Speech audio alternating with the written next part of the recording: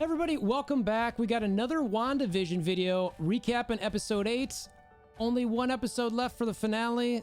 Lots to talk about, lots to theorize, what's going to happen, how it's all going to culminate. Mike and Eddie here as always, so let's get right into it. Oh, dude.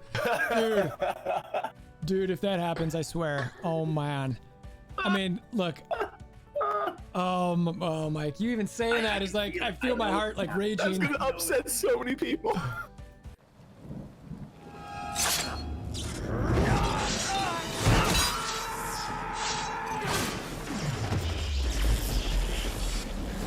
Bring me Wolverthor! All right, guys. So, episode 8, we got it behind us. You know, we talked a lot about it. One of the things that we talked about last week is this might be a flashback episode. Kind of a flashback episode, you know, really kind of walking through all that. As far as flashback episodes go, personally, I thought it was as good as it could be. You know, a lot of those kind of ones, they're just like, this is semi-irrelevant. Why are we doing these? It's almost like a filler episode. This definitely didn't feel that way, so I was happy about that. You know, we start off with kind of, with Agatha in Salem. What was it, 16 something, right? I don't know. What was your... It was like the 1600s or some odd. Yeah, right? Yeah, it was right around there. So, Mike, what was your kind of takeaway from everything that was happening with her kind of going through with all those witches and some of the comments that kind of they were saying to each other? What do you think was going on there? Yeah, so the way that how that started, it seemed like the entire time there were points where she was playing, Agatha was like almost seemingly like she was the victim and she wanted help, but I think she was like messing with them the entire time. Really? Like, right. It almost seemed like she was being like sarcastic about it. Like, oh, I didn't mean to do this. And then just wanted, I think she wanted to like suck the life out of him.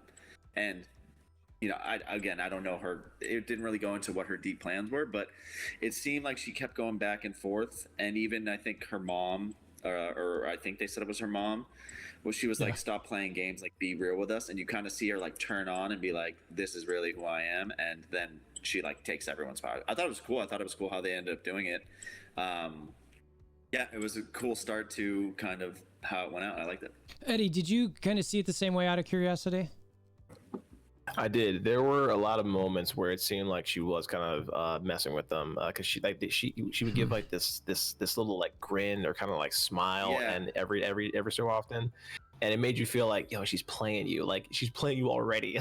And so when they put those kind of like magical kind of cuffs on her, I was like, she's gonna get out of those. That's not even a question. Like, if the power that she is talking about is out of her control, there's no way she's going to stay tied to this post. It's just not going to happen. And so when she finally broke free and, you know, she was start draining everybody's powers and, you know, aging them by like what, hundreds of years. I mean, it was insane. And so that was pretty cool. Yeah, you know, I'll hit on this later as we go through, but I do want to say there's something inside of me that differs from both of you guys, and I might be grasping at straws, and I seem to tend to do that a little bit with the show, to be honest with you. But part of me is, you know, while she did have those sarcastic looks, part of me picked up on the moments where she said she couldn't control it and was asking for help. And tied to a couple other things that I'll touch on as we go later, I might fall on the other side of the fence on it.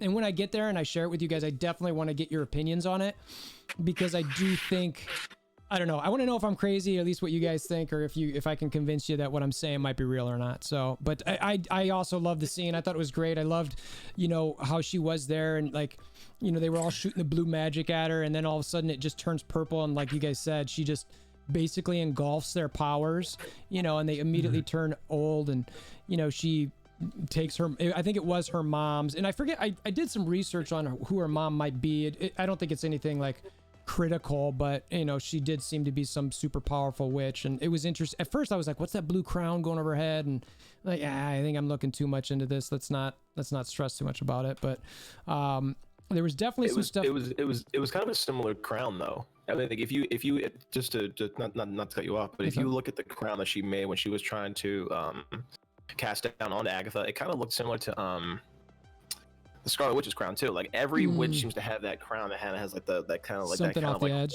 Look. Yeah, and I was like, that's weirdly related. Maybe I'm wrong. I'm just, you know, it just looked very specific. Yeah, I feel you.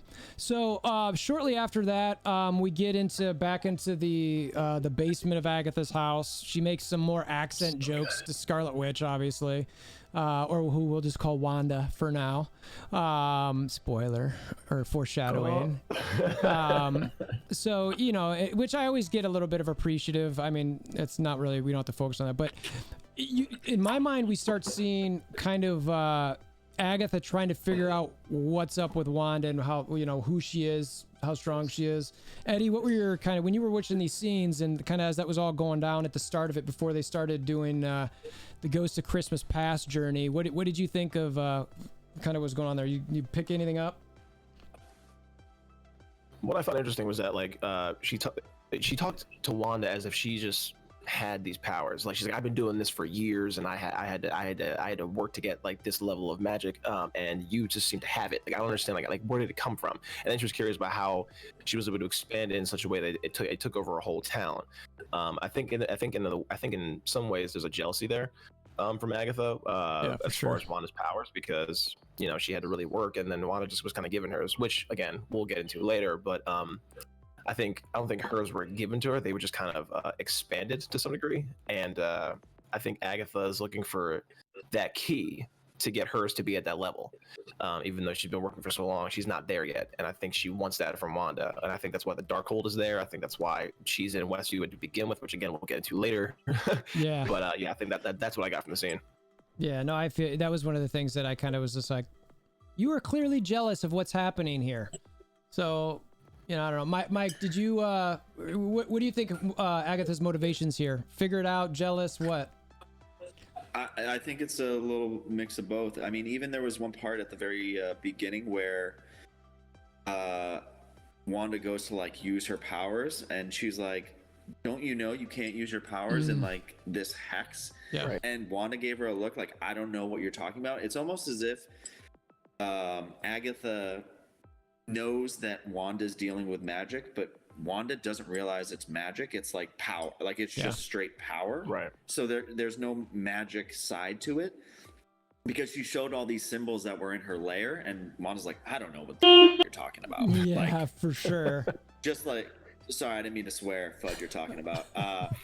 But it was really like she was like, I just do what I want when I need my power, and that's how it comes from. So I think it's definitely for Agatha, definitely curiosity, definitely jealousy, definitely wants to know how strong she is and how she got that strong, whether that's someone giving her the power or something along those lines, and then obviously they start going down the wormhole. But she definitely wants to know how she is that powerful, because I think she wants to be that powerful. Yeah, I think you guys are nailed that. I really do. I mean, she clearly, Agatha, meaning like, how do you know this basic stuff? And she even, I think she starts talking about transmutation. She does it with the locusts, which we talked about that last week. I think the locusts were just there for her to change into little things or whatever. But so yeah, right. And so Agatha's just kind of going through the like, well, it could be this, it could be that. How do you do this? And Wanda clearly is like, I have no clue. It's like, when you got athletes somewhere, where it's like, all right, there's this athlete who's like worked their whole life to try to get somewhere, and then someone just like walks out in the field and just dominates just because they're naturally amazing, and that's kind of the juxtaposition there a little bit. You know what I mean? So yeah, definitely, I agree with you. And by the way, what's up with the friggin' bunny eating the bird? Like, dude, honestly. I mean, I know we're going. I want to know this rabbit is so badly, dude. I don't know. Honestly, I'm sitting there going, wild. Is this her son? Is this like some demon? Like, what the hell? I mean, it just was like straight up like, I wanted to go frame by frame to see if like some weird mouth opened, kind of like what's the cat's name in Captain Marvel? With the big tentacles or whatever. Yeah, the Florkin. Yeah, the Florkin. You know what I mean? I was just like, okay, like, I'm not sure what that's all about, but yeah, there's something up with that bunny. I don't know what it is, but I'm not sure they'll ever really touch on it, because you could literally leave it as it just was this weird bunny she did, like, but I think it's just so intriguing that she has. So wait, say it again. Sorry, I didn't mean to interrupt you. I think it might be Ralph. There's a good chance. And I mean, Ralph has been mentioned a couple times in this show. So I feel like part of me we need to see him at some point, but there's no way that this rabbit isn't important. I mean, they've been in almost every episode. Like I don't know how, like you can't have something like that just kind of be, oh, we just had it because whatever, like and then write it off. I can't got some Lost Riders on it. Yeah, that would be like Lost. It does make sense. Yeah, I'd be slightly annoyed, but if they delivered on a lot of the other stuff, I could let it go. I could see Marvel picking it up in like Multiverse of Madness too, you know, where it was just kind of like, right. All right, that's what that bunny was. Who knows? You know what I mean? They pay back things later. But I would want some kind of like mid-credit scene to be like, hey, by the way, this is gonna happen. Like with, and then they show like a little bit of the bunny. That would be kind of cool. Yeah, like it starts to transform or something. So you at least see like, all right, this thing's turning back into whatever its regular self is, or you know, and then we can sit here and you know talk about what is it? What is it? Could it be this? Could it be that? The bunny is the new black cat of the Matrix. Yeah. I could see it's it. A glitch, guys. It's a glitch. Yeah. Let's see. So then we got Fietro, I think she called it, which I love. So we got some clarity on the fact that Agatha's saying that that was all her. So that he could be literally nothing, which I found kind of interesting. But he still had powers, which I was kind of like, oh, okay, I could let that one go, but he felt a little bit more strong. And she just said that he was her eyes and ears, so she could again try to figure out what was going on with Wanda. And we already talked about how she went over the spell, and then it became this, like I said, this the journey of Christmas Goes Past or whatever, where she just starts going through time. And the first thing that they go into is Sokovia. So good. And this was one of my favorite parts personally. Like, and I won't dive into it quite yet, but Eddie, like with this first scene, what were your takeaways? You know, tell us what you saw. I would have loved if they had shown this in Age of Ultron, because it would have been better to see rather than having them tell a story through the movie. I get why they did it. Maybe they didn't know they were going to do this, but now that we're here, I thought it was adorable. Honestly, I love that scene because it shows you that like it shows you like everybody when they were kids, they were just this innocent family that got caught up in this war that was happening like literally outside their window. And they live a very humbled life. You know, like the father sells he sells old TV DVDs and just to get by, and you know, like the kids enjoy them if he doesn't sell them, so they get to bring them home and still enjoy them as a family. It wasn't about the money. It was just about like the sense of family. Yeah. And so you're sitting there and you're watching this family just enjoy this old Dick Van Dyke episode, and then all of a sudden, like an explosion happens, the bodies go flying, and you're like, whoa, like what just happened? And then you're like, oh yeah, and then like they're sitting underneath the bed, and then the shell hits, and then you're like, oh, and then she puts her hand out, and then it just cuts, and you're like, ah, like there was so much happening for such an elegant scene to end so like aggressively. It was just like, man, that was okay. And then you really understand what Pietro was talking about when he was telling Ultron the story of how they survived in Sokovia. So, but yeah, that was a deep scene. I loved it personally. Mike, what were your takeaways from this one? Yeah, same. It was almost, and I now that you mention it, that they only talked about it. They never like had any sort of flashback in Ultra. Like, it was a very good like putting it in your mind how it looked. I thought it was very cool, and also every DVD was basically every episode. You see the Malcolm in the Middle DVD that we've had. Right. Yep. Right. Which I thought was a very cool, not Easter egg, but it kind of now all made sense, and it went down the line chronologically of how it started to where we're at now. But also thought it was and also I think kind of what we talked about before is each memory also had to do with those commercials. Right. So, right.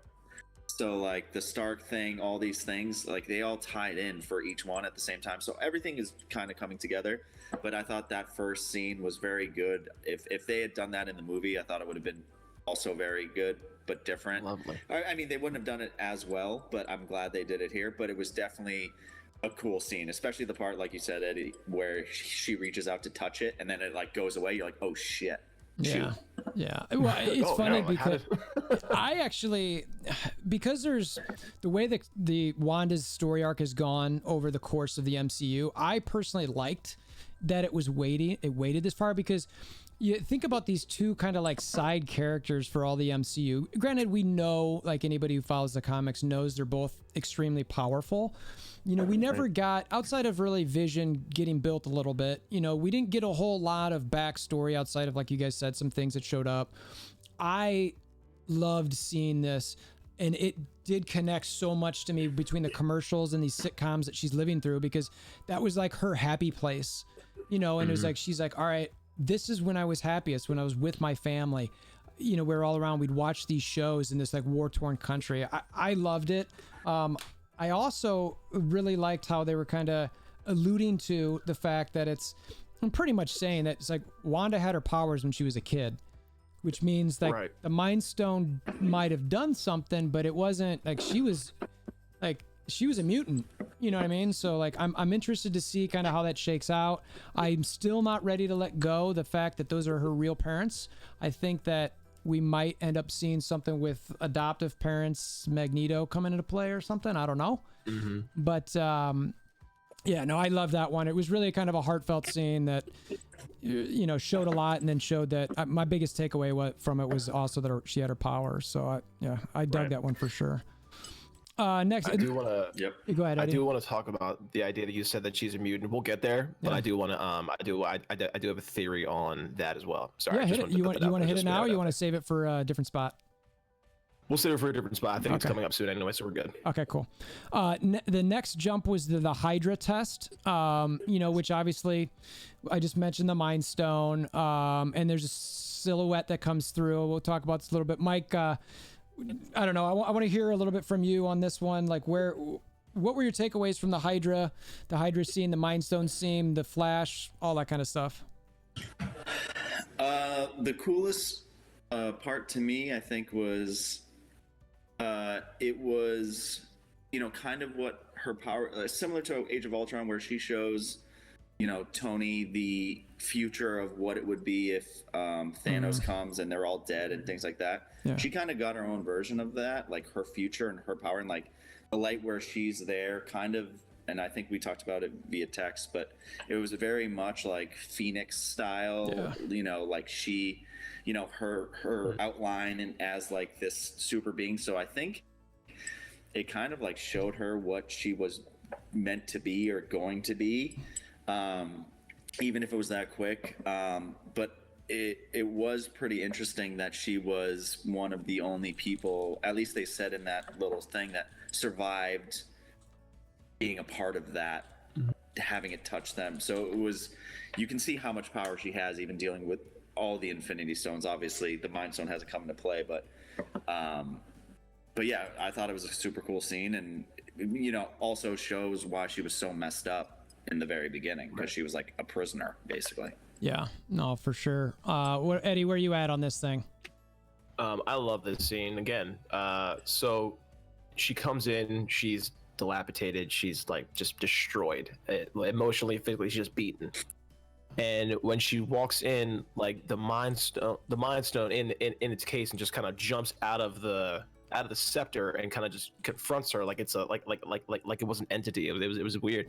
And then she touches it, it opens up, and then you see this beaming light, and then you see like a silhouette of what looks to be Scarlet Witch from the comics, you know, like the horns, and she has the whole like outfit on, and it makes you think that like I don't how can I put this properly? So I don't think she has powers. I think she's actually a witch, and I think that the Scarlet Witch is like, I wrote in my notes, the Scarlet Witch is like it's like an entity, kind of like the Phoenix Force. So I think that was just in her to start, and then like with the Mind Stone being the way that it is, it kind of just like amplified those powers, kind of like the Phoenix.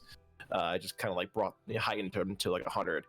But yeah, I mean that scene was great, and then it was also weird how like all that happens, but all that the scientists saw was her stepping and then her on the ground, and it was very similar to those jump cuts that. Yeah, I thought it was great, and it was very similar to those jump cuts they had in the first two or three episodes. Like you never see what happens in between those pieces. It's just this moment and then this one, and you're like, well, where's the cut? And it was kind of cool. That was kind of the same as the show, and then that moment as well. And there's a scene in Age of Ultron when he's talking to Pietro and Wanda, And he asked, you know, like, I always wonder why you two survive struggles experiments, and now I know why. And you're like, well, that's the reason why, because they have some sort of gift, and then the Mind Stone saw something in them, I guess, to give them this particular power or this ability. So that was pretty cool. Yeah. Are you guys able to see my screen? I'm not sure if you're able to see my screen right now or not. Yes.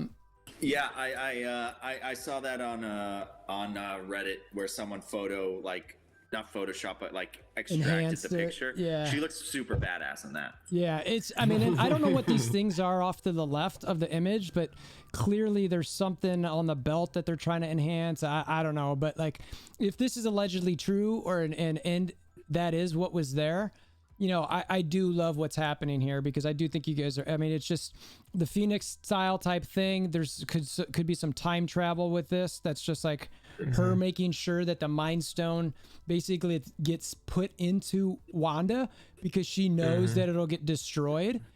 I mean, and this is where I think some crazy loop stuff could happen, is that Wanda in the future knows that the Mind Stone got destroyed, right, which in turn caused Vision to die. So in the future, she could then time travels back to this moment, make sure that the Mind Stone can stay in Wanda, and then maybe we actually get a Vision, and we'll talk about this later in the episode, that sticks around, because she gave her this Mind Stone power, which really was kind of, you know, at the crux or heart of, you know, what his creation was. So anyway, kudos to, you know, it looks like Wanda's cape or somebody who put that thing together on Twitter. So I just wanted to flash that real quick. So yeah, super sick. Yeah, I loved it. Now, when that scene kind of wraps up with Agatha saying, you know, she's seen a lot, she's seen what she's going, but she has a theory, but she needs to see more. So then we jump to the Avengers compound. And it's the first time Wanda's ever been alone, and she starts bonding with Vision. So Eddie, take me through this scene a little bit. Your thoughts? Again, great scene. I mean, all three of these flashbacks really gave us a look into the things that we all kind of speculated but didn't really know about Wanda. And this scene was very similar to the scene in, I guess it was Civil War, when Cap's talking to Wanda and Vision kind of phases through the wall, and like, so like that explains where that kind of came from. And you kind of get a real sense of their relationship, because you saw a spark in Age of Ultron when he saves her before Sokovia explodes, and then when you actually get to see them sitting here together, Vision is the most innocent person on this planet. Innocent sentient being on this planet. He doesn't know emotions yet. He's still learning, and so everything he's saying is coming from the heart, because he doesn't know how else to kind of be. So everything he's saying to Wanda is just how he feels, and it's wonderful to be able to see their connection fully. And he's trying to connect with her, and she's trying to understand him. And then he does that great line about like, yes, what is grief without is it love persevering? Is that what it is? Like, what is grief? Yeah, grief is love persevering. Yeah, right. And that's elegant, man. Like, that's great. And then she takes a second to kind of take in what he said, and then she kind of sees in him something special. And then I think that was kind of the spark of their relationship. And I don't know, it was just a really, those three vignettes were like just fantastic scenes. I love them. That line, I was like, that line was so elegant. I was like, dang, dude, Vision. Yeah, I even wrote that down. I was like, I need to use that. Yeah. Like, somehow. Dude, that's one of those lines like where just, I don't know, it stays with you. You know what I mean? You're like, you could apply that line to real life and being like, you know what? Like, I want to Google and see who actually, like, if no one ever said that, like whoever wrote this episode, like, should legit write like a book of love. Dude, I 100% agree, because I was just like, that is some of the deepest stuff I've ever, like, that's legit real. Like, you're right. And you never thought about it like that way. And I'm like, oh my God. So like, yeah, I absolutely, I think Agatha even shedded a tear on that one. So Mike, you got anything else to add on that scene in general? Yeah, she did do it like this. Yeah, no, I know. I'm with Eddie, where because for me too, it felt like, obviously there was like little snippets of progression on their relationship in the movies, but you never got to see how they actually went from like love, like, you know, hiding away together.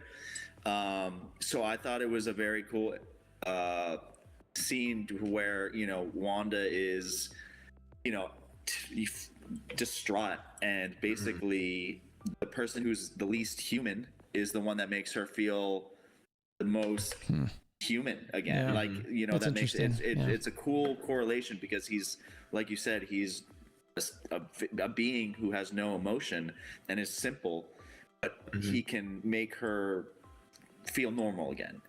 Yeah. So I thought it was a very cool way they did it. Yeah. And a throwback to him phasing in and out of her wall. I know. That's great. Yeah. I know. Such a small thing, but it did. It's just like, man, Marvel, you really do kind of link stuff together. Good on you. I do. Yeah. So Kudos. yeah, and then Agatha continues to push, asking Wanda how she's doing all of this, you know, and that Vision was gone, but she wanted him back. And then it cut to the S.W.O.R.D base, and it was like, okay, so I feel like we got to kind of start with Mike here because of his, you know, Hatred for Hayward. yeah, basically. So Because I've been right this whole time. yeah, you seem like you've probably been headed in the right direction, I'd say. I mean, so yeah, what do you got to say about this, Mike?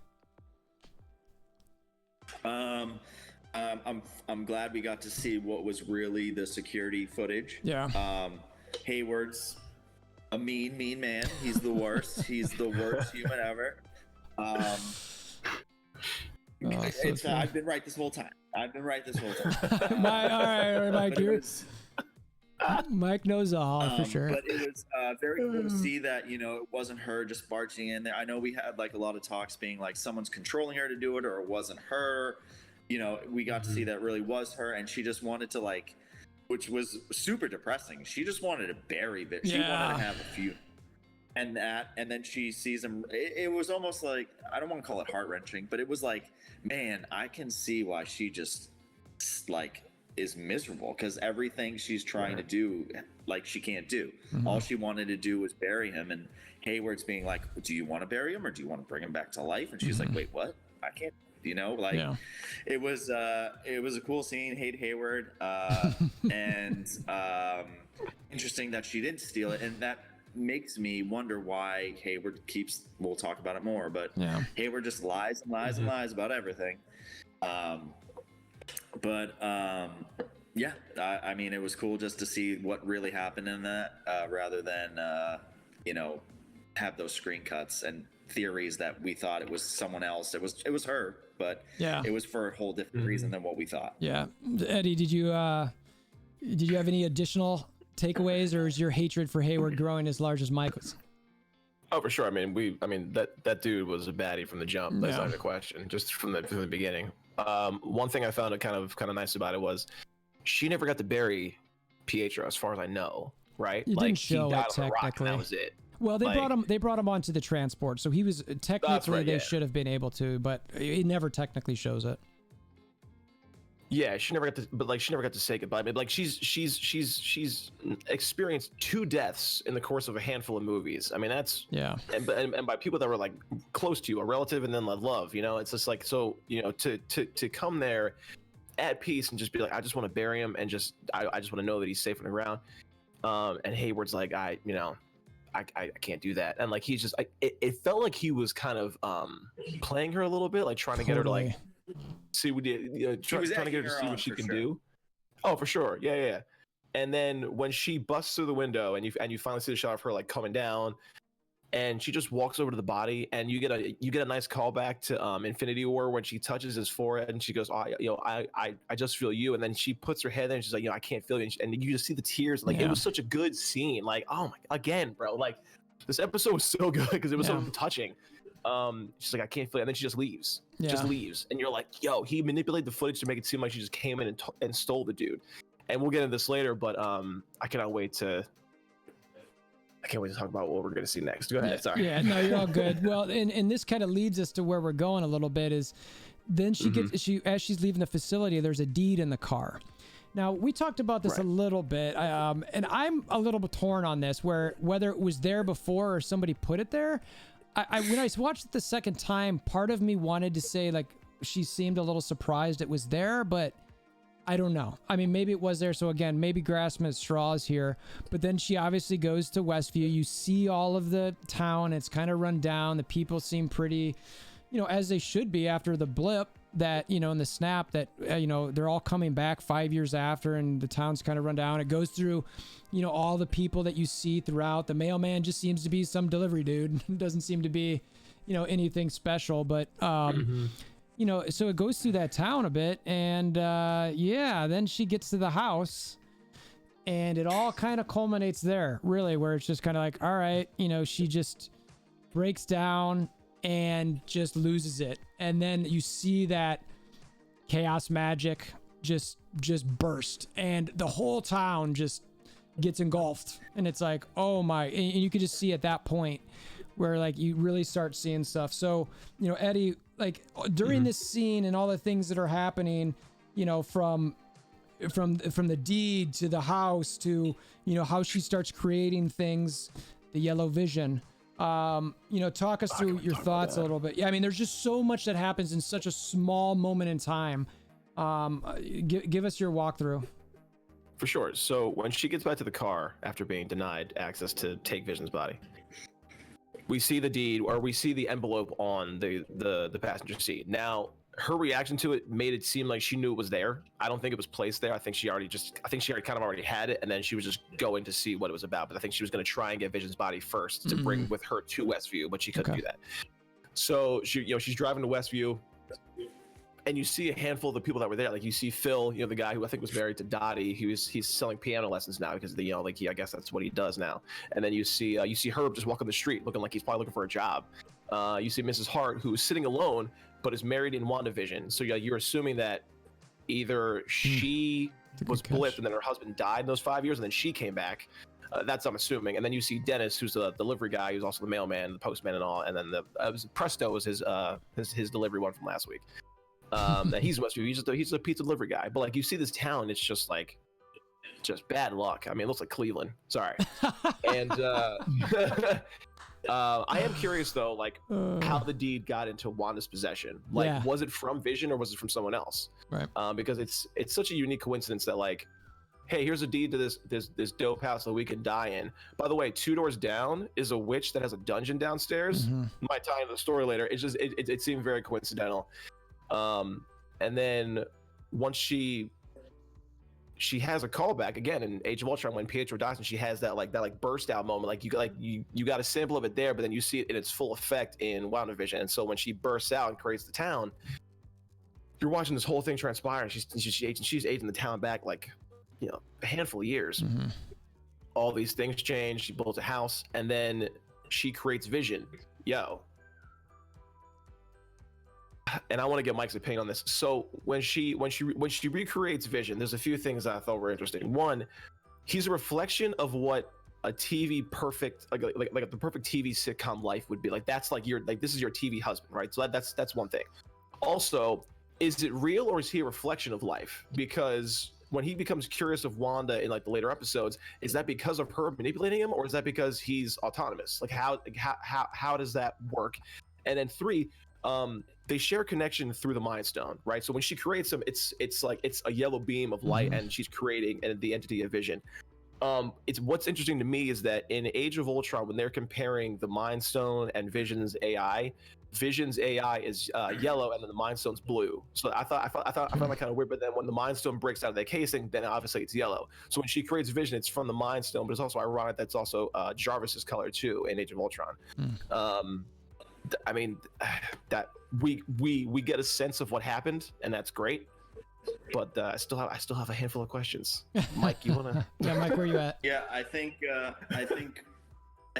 all the theories that we've like tried to talk about of if someone was manipulating her, if someone created this area, I think we're basically coming to the point where this is all Wanda, right? She basically exploded from call it a broken heart. And again, the deed thing, I'm somewhat on the side of Eddie, where when she saw it in the car, I think she knew it was there, but I don't think she knew what was in it, because when she opened it, she looked super surprised of what it was. So I don't know if like, and maybe we get this on the next episode, like Vision left it in his last will, like this was like gonna be a surprise sort of thing. But I thought it was, it's all her. Like she's the hex creator. She's doing everything, and it exploded out of her body. It was super cool. When Vision was created, the yellow, I thought that was awesome. And I think basically it went kind of like what we saw when she was a little girl. She created the world to start from Mary Tyler Moore. Like that's who, you know, that was the first episode, the 1950s or whatever year, you know, family life. That is what she projected to start out with. I think, especially when Vision was trying to leave the Hex a few episodes ago, I think, I don't know, I think he, and I again, this is a theory, but I think potentially this is also like her kids. He is only manifested. He might have powers and he might be able to do things, but I think it might be only relegated in the Hex that she's created. Right. Like she can create life, but within her own atmosphere. If it's almost like she created an alternate dimension. Right.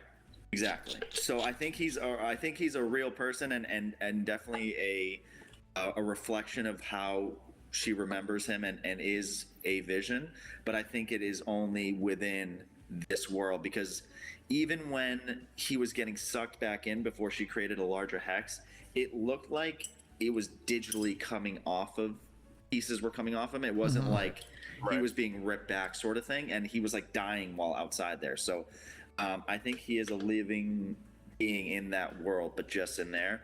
But it was definitely like an emotional part where she just exploded and was like, you know, doing this. And again, you don't know how powerful. I don't think she understands how powerful she is through this whole time. Like she just, it was almost like she had like, you know, like a good cry and just blew up the whole world. Right.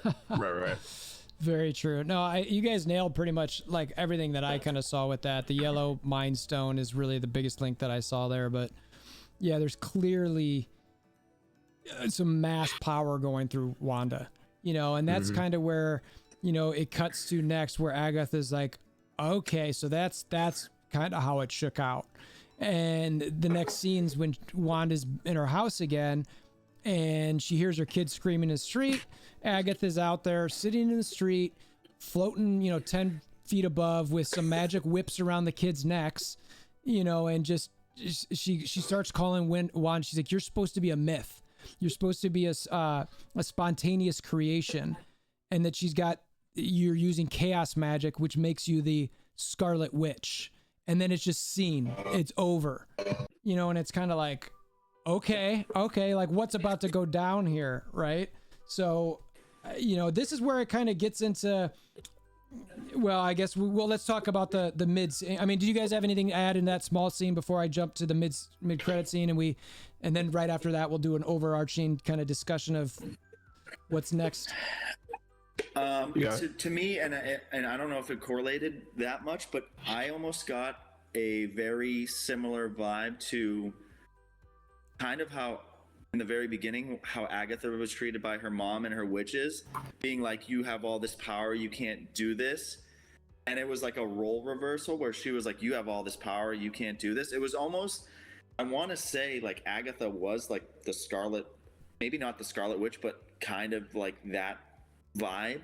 And then it just ended up being the same way at the very end, because even the how she was holding her Wanda's kids were the same like string ties that she was tied up with by the other witches. So it was kind of a very mirrored sort of start and end in different capacities, where Agatha was the powerful one and now she's like meeting someone more powerful and being like, you have too much power. Yeah.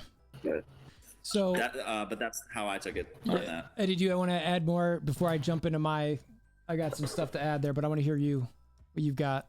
Of course, yeah. I want to add a couple things. I'm not sure if it was just me, but did anyone notice that like when the twins were screaming when they were first in the dungeon versus when they were outside, it was like the exact same like voice, like the same cadence of like what they said. It was like, mom, help us. Like it was the same thing both in the dungeon and when they were strung up outside, which makes me assume that they were still strung up outside when this whole thing was happening. Anyway, like Mike said, it was a very unique ending because of the beginning, of the beginning of the episode. I thought it was a great tie, and it was a great like bookend for that to happen, because it shows a witch that's been doing this for years, and you see another witch who's powerful than you are, and you can't have this. And it was. I thought that was a great ending. I love how there was no please stand by for the credits. It was just like that was it. Like it was like episode done, and you're like, oh, because now we're in like the movie. Like we're not in like we're not in WandaVision anymore. Like we're in this life now, and I like that a lot. I still think that there's a hidden villain that we're not seeing yet. That is kind of just pulling the strings. And I think that, or not pulling the strings, but kind of has like another kind of layer to this. And like I think that might be some of the big reveal, but we'll see. Yeah. So I mean, this ties with some of the stuff that I kind of alluded to when we first started shooting, where just the way that the bookend analogy you both mentioned it, where it seems very similar to the first scene. And the thing I picked up when I watched this, I think just the second time, the movie or the show, this particular episode at least, was that I felt that same kind of similarity where I'm like, wait a minute, there's a chance Agatha might be good here. And that she does have some demon inside of her, which maybe she's not controlling, or she doesn't understand or control, or at least back when she was younger. And that was why the witches said, you can't mess with this magic while you're young. Maybe she defeated it, maybe she didn't, who knows?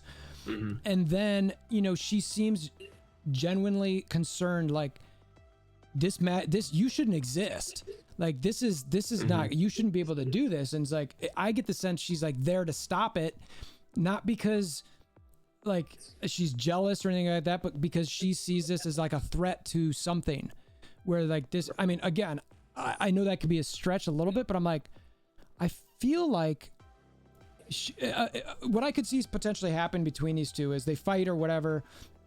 And Agatha might realize like Wanda doesn't understand how this is happening. And I'm going to pull up a something behind us that, Chthon. Yeah, exactly. So, you know, part of the story with Chthon is like, he's basically the one who created the Darkhold. If you go through here, check out his wiki, you know, you'll see that he's got like chaos magic. And there's actually even a storyline at some point where he touches Wanda at birth and is the one that gives her that ability. So look, this dude is like a super elder god, whatever. Like, I'm not going to get into him like in depth, but one of the things that I really am wondering about is like, is there going to be a tie to a dude like this, and that somehow they realize, or Wanda realizes, or Agatha realizes, like this, she didn't understand her power. She didn't know how to control them. She didn't even really know she had them. And then all of a sudden there's going to be some kind of like, you know, I could see it being like a final cut scene to, you know, him, very similar to how Thanos was like, fine, I'll do it myself type of thing. He's like, you know what I mean? He's like, he tried to do it with Agatha. Maybe it didn't work. Maybe he tried to do it again with Wanda. It's not working. I don't know. But I loved how you guys said this bookend stuff and how it kind of tied together. Because that was the thing that I really kind of wanted to throw out there before we got off of this thing. And, you know, I don't know. There's a chance that I could see some of this going away that, you know, and when Eddie said another bad at play here, yeah, I think it could be. And I'm not sure I think it's Mephisto or Nightmare anymore, even though there's so many friggin' Easter eggs to that stuff like that. That's just sometime how the MCU does it. You know what I mean? So I don't know. That's where I'm at with that before we get into the cut scene. Am I nuts? Where are you guys at with, you know, kind of wrapping up that interaction and, you know, any potential for Chthon or another big bad here? I feel like there just has to be one. Thank you. I feel like there just has to be one.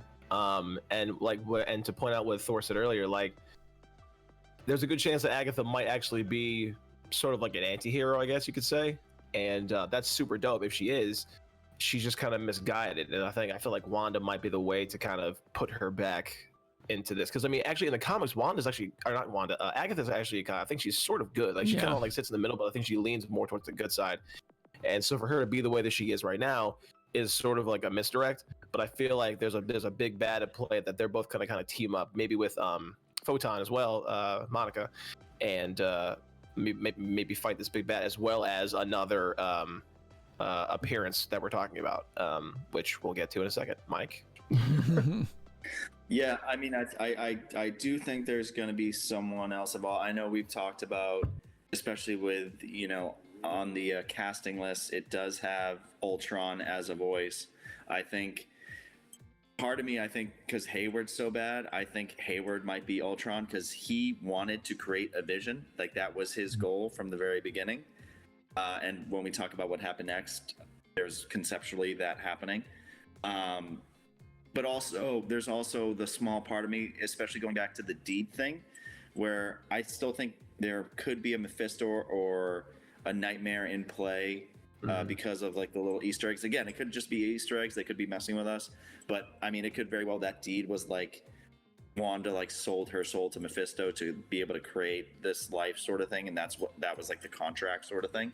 It's probably not, but there has to be someone else. But if it isn't, it's been an entertaining show and I'm fine with how they go. Yeah. But it does seem like there has to be one more guy or girl or something to not pulling the strings, just to tie everything together. But yeah. Agatha does seem kind of like she's been this whole time investigating the world rather than being like a bad evil person sort of thing. Right. I know she killed the dog, which isn't great, and she currently has the kids hostage, which also isn't great, but I think she's been doing it to be like what is happening in this world. Yeah. I agree with you guys. Yeah, I'm like hyped for next week. Obviously we think it's 50 minutes. How much of that is credits? We don't know. We'll see.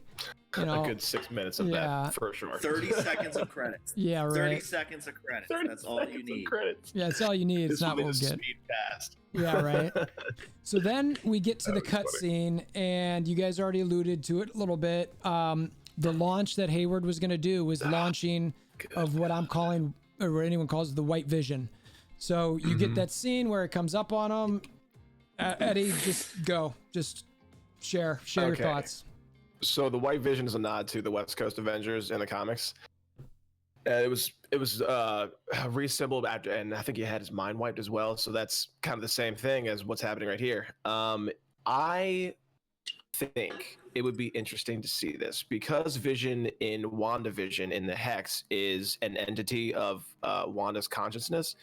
And then the body outside of Westview that's coming in, like the White Vision, when it comes in, it would be interesting if like they fought each other, and then Vision's entity in the Hex merged with the body of the Vision of the White Vision, and then it became one. I think that would be kind of a cool like rebirth for him. And since he's not powered by the Mind Stone anymore, it would be kind of an escape because I think he's powered by something else that Hayward had put together, which I believe was Wanda's chaos magic, so that it still works. Vision is powered by Wanda, right? Which is great. I mean, that's they're in town. They're intertwined forever. Yeah, dude, like when that I was like, yo, what? My first thought was like Ultron 2, and I was like, maybe. But then I was like, well, I don't know. Like, I don't want to think about that. But I mean, like at some point we have to understand like why James Spader is on the cast list, and we haven't seen him yet. Like we're on episode 9, like we're about to be out. Yeah, it could be fake leak stuff. I mean, some of that stuff is just fake. You never know, but true. Mike, all you. Well, and before Mike goes, I just want to throw this up for 1 second. The Paul Bettany talking about the special character he always wanted to work with. Oh yeah. You know, was it always himself? There's a little meme joke here that we threw up there that I thought was pretty funny. So yeah, I think Mike, you sent that to us. It's just. Maybe it was Paul and Paul. You know, he just always wanted to work with himself. Yeah. So that's what he got. So sorry, Mike, go ahead and hit your thoughts on this. No.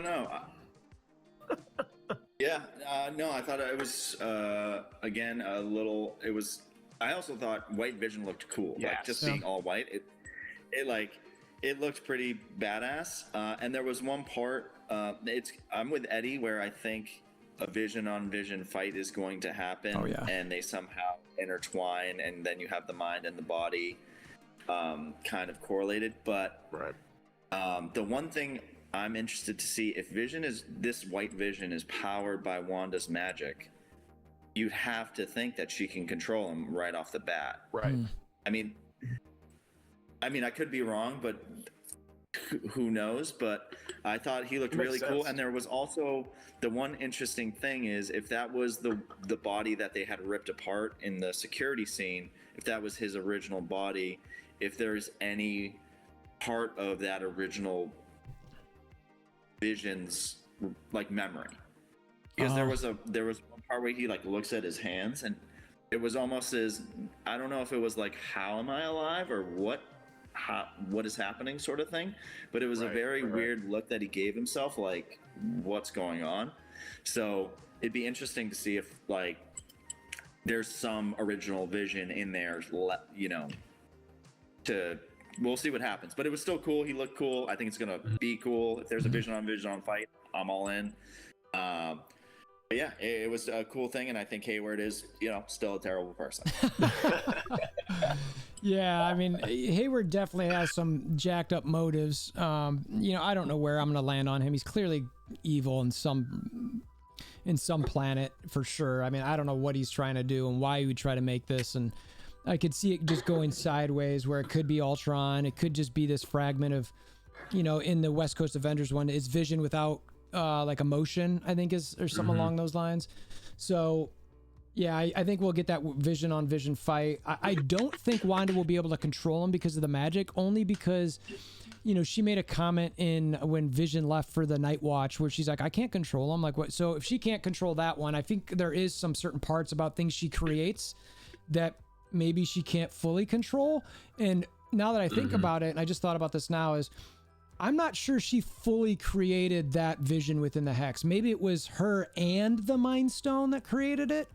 So if she truly can't control the Vision within the Hex, maybe that is a partial creation by the Mind Stone. So, and same thing with this White Vision, that, you know, it's the older version of Vision plus some of her magic. I don't know. We'll see. I'm definitely stoked to see what comes out with this, because it should be fights all over the place. We got, you know, Photon or Spectre, whatever she's going to be. We've got witches fighting. We've got Visions fighting. We've got S.W.O.R.D still doing something. Potentially a cameo, maybe not. Maybe it was just Paul Bettany on Paul Bettany. But I will say that and I don't even know who made that quote, but whoever said that Luke Skywalker thing, if they don't come through on that, I will never listen to whoever that person is again. It was Paul Bettany. Was it Paul? I mean, unless he thinks I thought it was Elizabeth Olsen. I thought she made that claim. I don't. Whoever it was. It was one or the other. It might be of both of them. Like, both of them might have come out and been like, there's a Luke Skywalker cameo.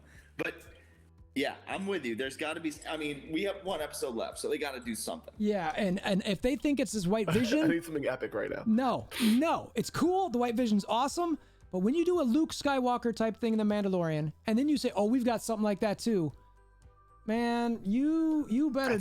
That's a heavy burden, man. You better lift. High bar. Yeah, you better lift it. You better lift it. High bar.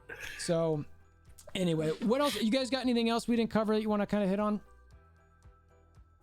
I think of anything. The one thing, and we talked about it in text, and I don't know if it was just me, but I did think Agatha's mom looked like Dottie, just older. A little bit. I'll give you that. Like they put Dottie's actress in some like prosthetics that made her look like an old lady, because I didn't go back to it, but it felt like the ladies that were in that circle in the old, like the second episode where Wanda's, you know, in that group with all the ladies, it looked like some of the witches were part of that, but I could be wrong. I could just be like just correlating things in my mind, but I thought Agatha's mom looked like Dottie. Interesting. Bit. I'm gonna have to look at that now. I'm gonna have to take a couple screenshots of those interactions. I could be wrong. You could look in depth, but there was, when I was watching, I was like, "Is that Dottie?" The entire time.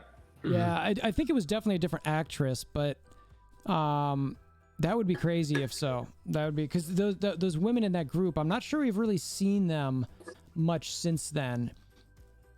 And you know, we still did have Agatha saying in that scene, you know, Dottie's the one who runs, but it could have, who knows? It could have just been Agatha doing Agatha things. Yeah, and I might be in my own head with it. Yeah, I feel you. All right, Eddie, anything else from you?